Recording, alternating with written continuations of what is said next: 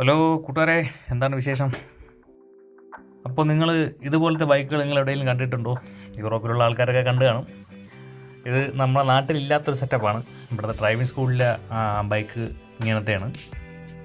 ഫ്രണ്ടിലത്തെ handle വണ്ടി ഓടിച്ച് പഠിക്കുന്ന ആളിനും ബാക്കിലത്തെ ഹാൻഡിൽ ആശാനും ഉള്ളതാണ്. നമ്മുടെ നാട്ടിലെ പോലെ വണ്ടി ഓടിക്കുന്ന ആൾ ഓടിക്കുമ്പോഴത്തേക്ക് ബാക്കിൽ നിന്ന് ആശാനോ ആശാത്തിയോ ബാക്കിൽ നിന്ന് തള്ളിക്കൊണ്ടോ പിടിച്ചുകൊണ്ടോ പോകുന്ന പരിപാടിയൊന്നും ഇവിടെ ഇല്ല. കൂടെ ആൾ ബാക്കിൽ കയറിയിരിക്കും. നാട്ടിലെ കാറിലെ പരിപാടി തന്നെ പോലെ കൂടെ ഇരിക്കുന്ന ട്രെയിനർക്ക് വണ്ടി കൺട്രോൾ ചെയ്യാൻ പറ്റും.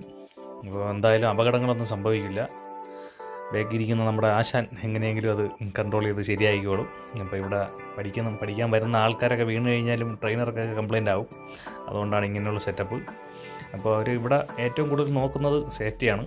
അതുകൊണ്ടാണ് ഇങ്ങനെ വണ്ടി രൂപകൽപ്പന ചെയ്ത് വെച്ചിരിക്കുന്നത്.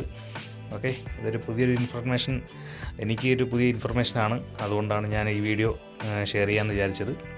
അപ്പോൾ കാണാത്തവർക്ക് ഇതൊരു പുതിയ വീഡിയോ ആയിരിക്കും. അപ്പോൾ അടുത്ത വീഡിയോയിൽ കാണുന്നവരേക്കും ടാറ്റാ. ഇങ്ങനെയുള്ള പുതിയ വീഡിയോകൾ കാണാൻ വേണ്ടിയിട്ട് ചാനൽ സബ്സ്ക്രൈബ് ചെയ്ത് വയ്ക്കുക. Thank you.